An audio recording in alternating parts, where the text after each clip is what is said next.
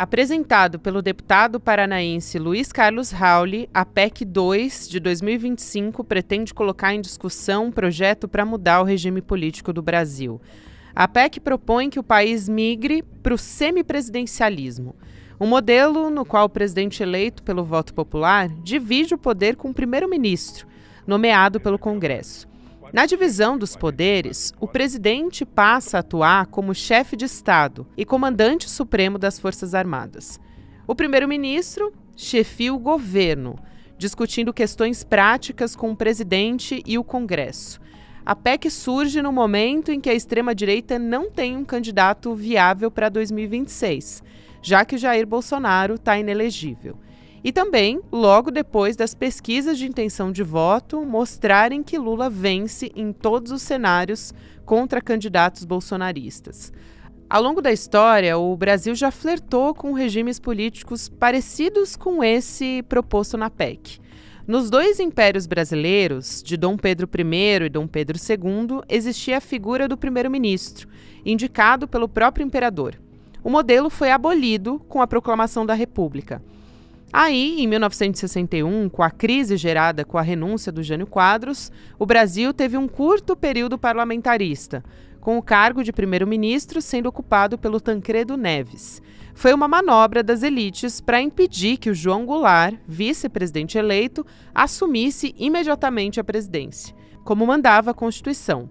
Em 93, os brasileiros foram consultados num plebiscito e derrotaram essa opção de voltar ao parlamentarismo, preferindo seguir no atual regime presidencialista. Terça-feira, 11 de fevereiro de 2025.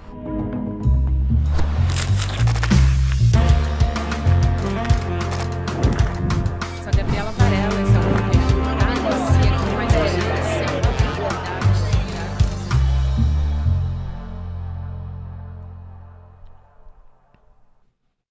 Olá, seja muito bem-vindo, seja muito bem-vinda. Eu sou a Gabriela Varela e esse é mais um episódio do Videocast em Detalhes. A gente sempre conversa sobre matemática, um assunto importante do momento. Hoje eu vou conversar com a professora Thalita Santiago Tanchait, que é professora de Ciência Política da PUC do Rio de Janeiro. Thalita, obrigada por aceitar nosso convite. Seja muito bem-vinda, professora. É um prazer estar com vocês. Prazer te receber.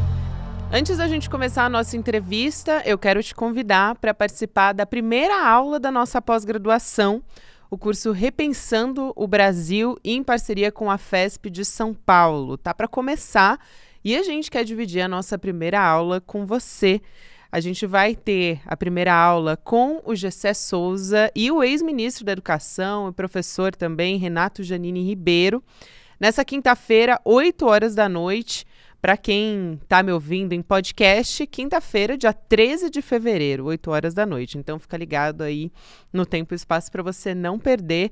O nosso primeiro tema da aula é a vingança dos humilhados, como as elites do país condenaram os mais pobres à autodestruição.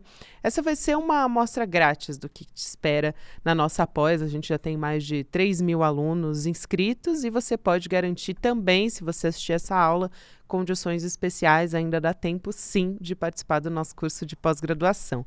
A gente te convida, então, garante sua vaga de forma gratuita na nossa primeira aula no indetalhesicl.com.br. É a última oportunidade, hein, para garantir, tirar dúvidas ali no ao vivo com a gente, com um dos coordenadores do nosso curso e também com grandes professores que a gente vai ter aqui no nosso curso de pós. Vamos nessa, então, começar a nossa entrevista? Vamos começar pelo básico dessa discussão, que é tentar entender por que essa PEC está sendo proposta agora, nesse momento político do Brasil. Bem, obrigada pela pergunta. Primeiro, eu acho importante a gente localizar o semipresidencialismo, né? Como um regime que faz uma mistura e uma mescla entre o presidencialismo, que é um regime político muito tradicional das Américas, dos Estados Unidos e da América Latina, e o parlamentarismo, que é um regime político, um sistema de governo muito tradicional do continente europeu. Dentro do debate político brasileiro e do contexto nacional atual, a proposta de semipresidencialismo vem em um contexto de fortalecimento da extrema-direita e de tentativas contínuas de deteriorar a democracia brasileira e de também modificar alguns aspectos, né, do nosso sistema político democrático que já são tradicionais e que já fazem parte do dia a dia da população, né? E aqui eu acho importante a gente relembrar que a população brasileira derrotou a opção do parlamentarismo em 1993 em plebiscito. Então, essa proposta vem em um contexto de enfraquecer as instituições que são um marco da nossa trajetória democrática e de um pacto que nós estabelecemos com a Constituição de 1988 e depois com o plebiscito de 1993. Nossa, você levantou algo que é super importante, que é essa questão do plebiscito em 93, porque a vontade da população ali foi estabelecida como o regime presidencialista. Nesse contexto que a gente tem, essa proposta dessa PEC deveria ser acompanhada de um plebiscito? Enfim, qual que é a sua avaliação a partir desse momento que, se a gente for avaliar, é uma história super recente, né? Enfim, a vontade do povo foi essa numa história muito, muito próxima. Exatamente, Gabriela. É uma história muito recente. A democracia brasileira é uma democracia muito jovem, né? Se a gente comparar com outros países, como, por exemplo, com a tradição dos Estados Unidos, que também vem passando por fortes ataques à sua democracia, ou com a tradição europeia, ou mesmo de países que tiveram regimes democráticos por muito mais tempo aqui na América Latina mesmo, como é o caso do Chile e é o caso do Uruguai. Eu acho que o maior valor, né, ou a grande vantagem do regime democrático em sua versão representativa é a possibilidade do sufrágio universal, em que todo cidadão, se a gente pensar o único momento, né, do Brasil e do dia a dia do brasileiro, em que o voto, por exemplo, de um trabalhador que pega o ônibus todo dia na Central do Brasil, no Rio de Janeiro, e o voto do empresário da Faria Lima vale a mesma coisa, é nesse momento em que a gente tem a possibilidade de votar e de dizer o que quer. Então, acho que essa vontade tem que ser respeitada. É muito bom isso do sufrágio universal, né? De todos terem o direito a voto, independentemente de, né, origem social, gênero, raça, enfim, escolaridade, tudo isso está em jogo também.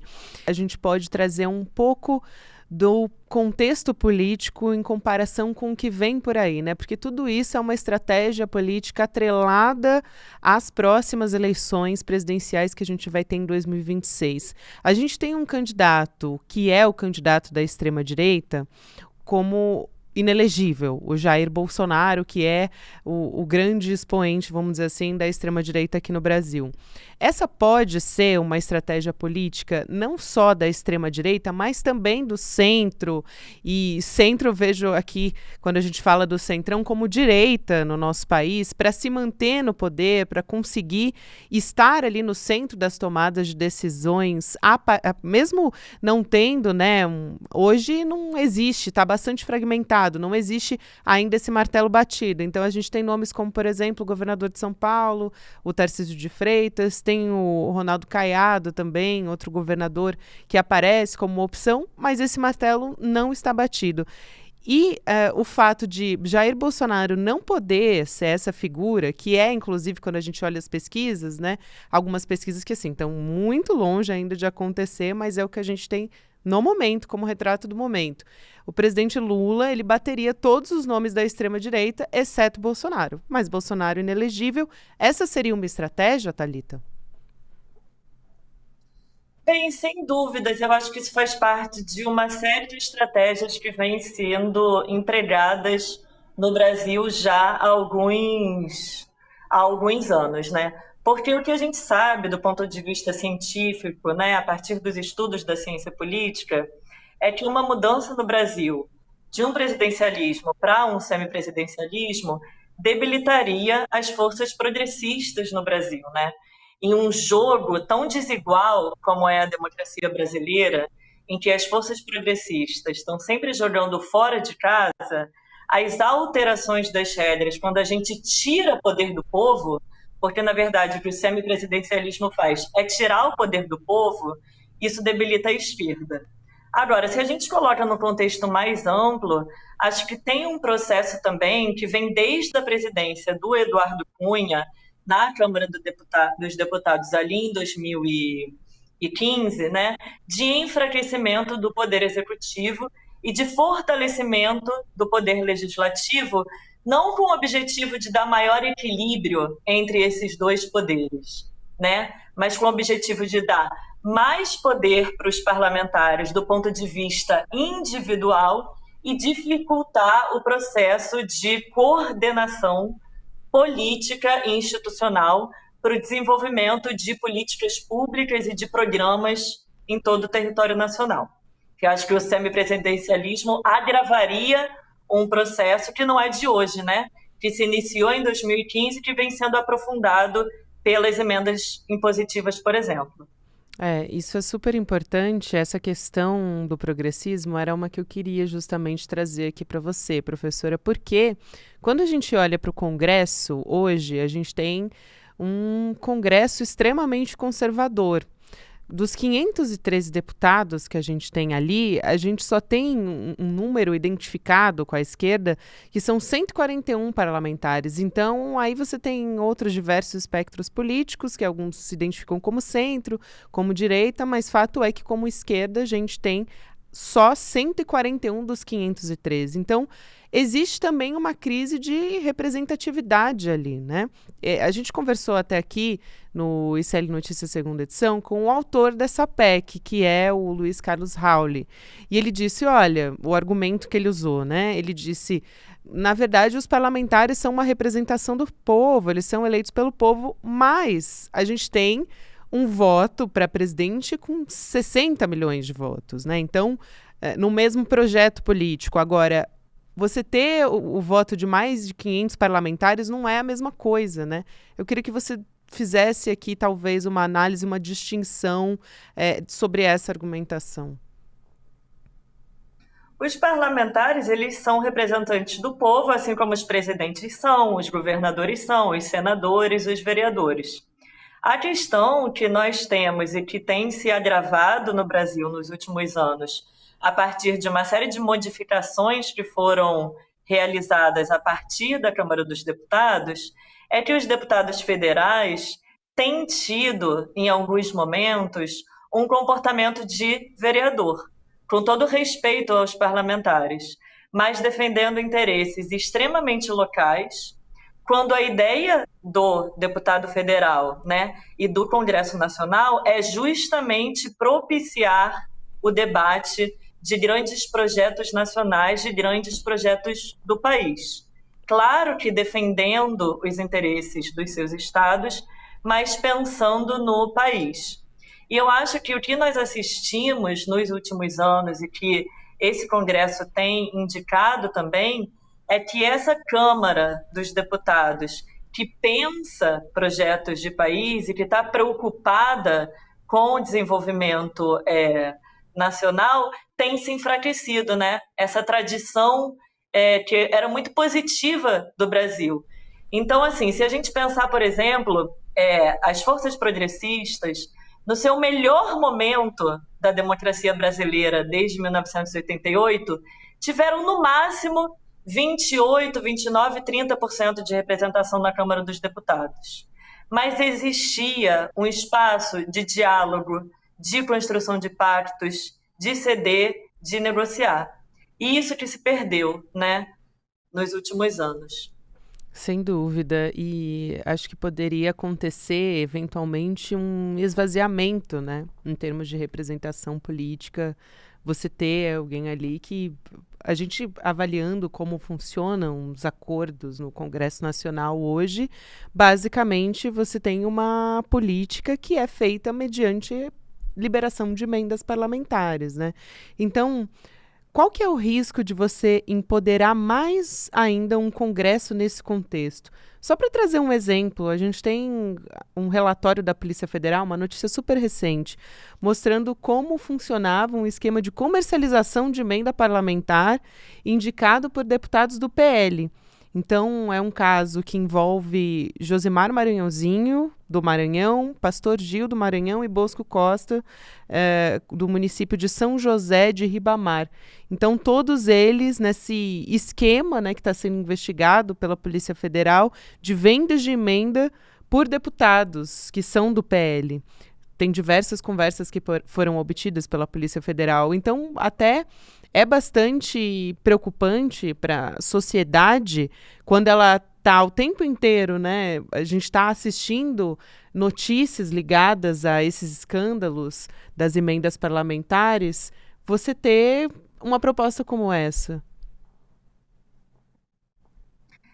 Eu acho que tem duas questões, Gabriela. A primeira é a seguinte: as emendas parlamentares, elas sempre existiram, né? E elas não necessariamente eram um problema, né, para a democracia brasileira. Por quê? Porque o processo de negociação das emendas parlamentares se dava no atacado. Então, se dava no conjunto das negociações partidárias e com os líderes das bancadas de cada partido. Atualmente, a negociação em torno das emendas partidárias as emendas parlamentares, elas se dão no varejo. Então, elas se dão por meio de negociações individuais com os parlamentares e com um volume de recursos ainda maior, né? Eu acho que esse é um problema que a gente tem que enfrentar, né? E uma questão que é fundamental é pensar como que a gente traz equilíbrio para esses dois poderes, equilíbrio para a relação entre executivo e o legislativo. Existe uma questão dos parlamentares brasileiros que me parece que é legítima, da trajetória de hiperpresidencialismo brasileiro, em que o presidente da República realmente dispunha de muitos presidentes. A origem dessa PEC, inclusive, visava atacar isso. Mas essa não é mais a realidade no Brasil, né?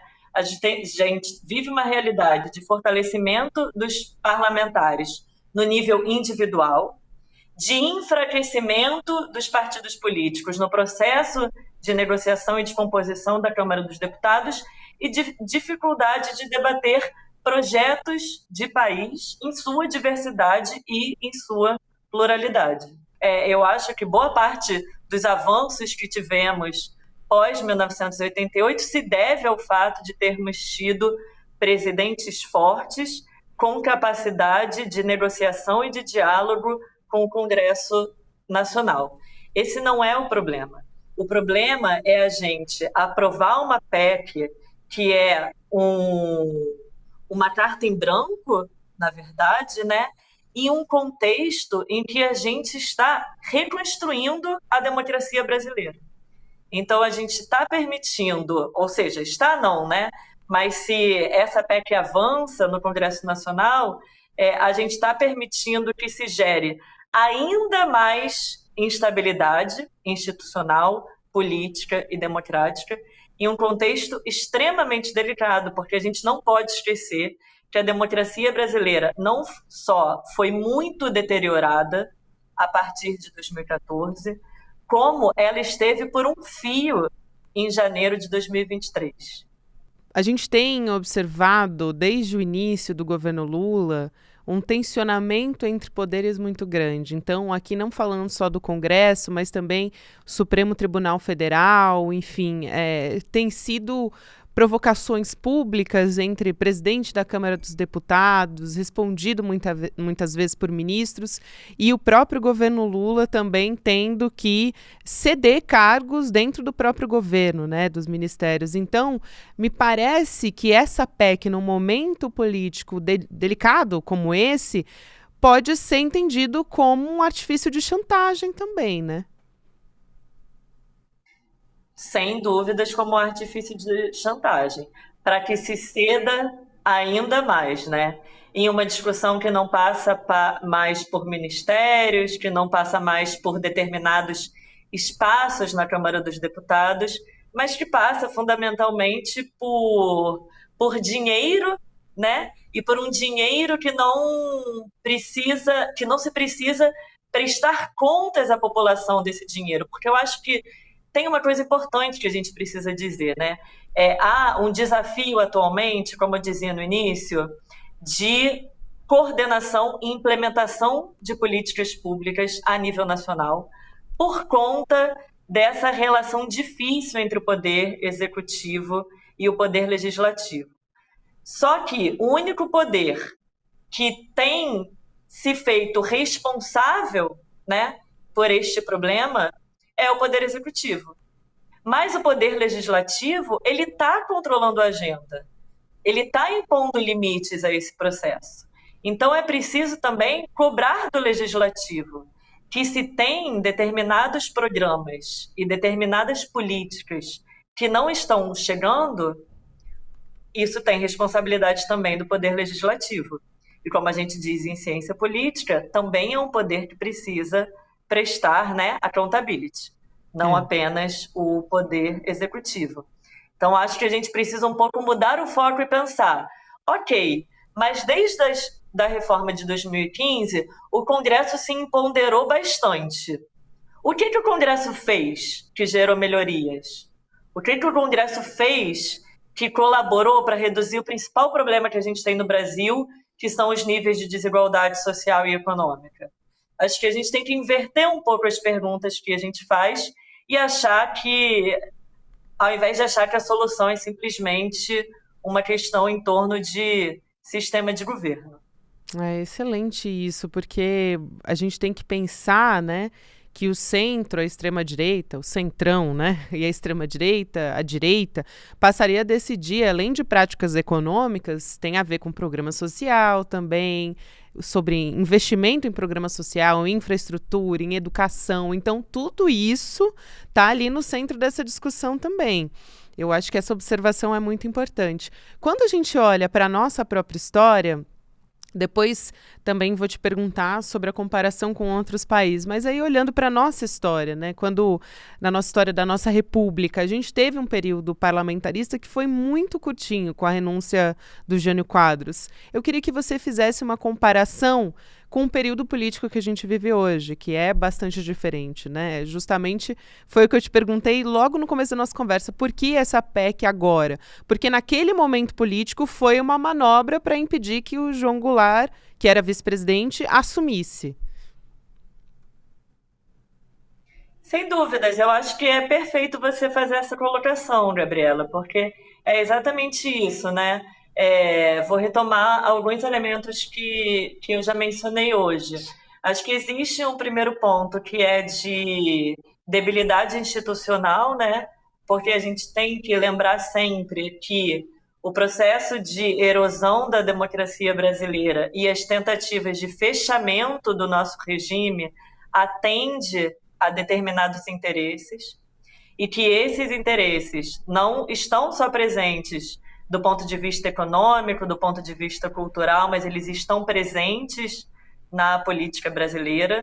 E eu acho que dentro dessa proposta de enfraquecimento institucional, de erosão democrática, existe uma tentativa constante de determinados setores, né, das elites brasileiras que ainda são oligárquicos e que ainda são antidemocráticos, de impedirem que a democracia tome o seu curso quando veem que não conseguirão vencer de forma justa, correta, limpa e idônea as eleições presidenciais.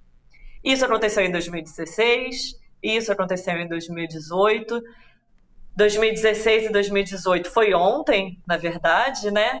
Então a gente tem que olhar essas propostas, esses projetos, sempre com muita cautela, né? Porque, na verdade, são, para usar um termo mais comum, assim, esses projetos, eles sempre me parecem projetos antipovo, assim, sabe?